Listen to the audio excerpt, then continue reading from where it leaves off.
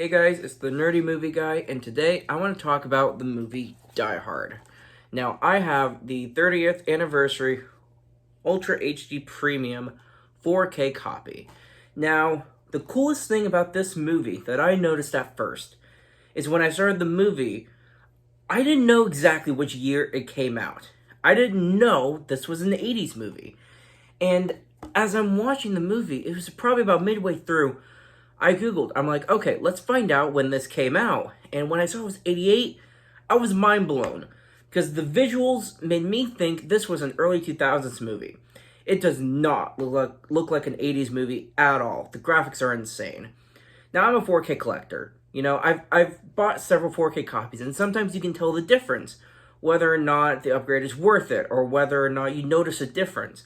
But I noticed that for this movie, at least of all of the movies in my collection, this is probably the best 4K transfer. So I was mind blown, 100%, and it just made me enjoy this movie that much more. Now, in this movie, Bruce Willis plays John McClane, and he's visiting his wife in this tower for this company event. And these people come in with guns, and it's a hostage situation. Now, of course, John McClane, he has his own particular set of skills. No, not that movie. But he does have his own weapons, his own gear, and he's ready to fight back. And these enemies don't know he's there yet. And this movie, as it progresses, is just an action movie. That's really all it is. Now, I'm not going to spoil for you guys the reason the villain wanted to take hostages. That's a plot twist for you guys to find out if you don't already know the story. But this movie just has some gritty, real action. There's gunfights. I believe there's knife fights.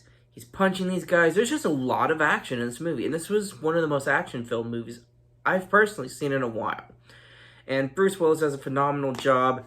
As this movie's progressing, when he's fighting different people, as he's finding out who the leader is, which floor he's on, how he's going to get to him, the story just kind of keeps building. It's one of those where between the plot twists and the villain and the hero understanding each other's backstories and who they are, the story just builds to a climactic ending. And it was worth it. It was a really great watch. So if you're into action movies, if you love that traditional action sense, gunfights, cops with gunmen, just everything you want in a traditional action movie, I think this movie has that for you.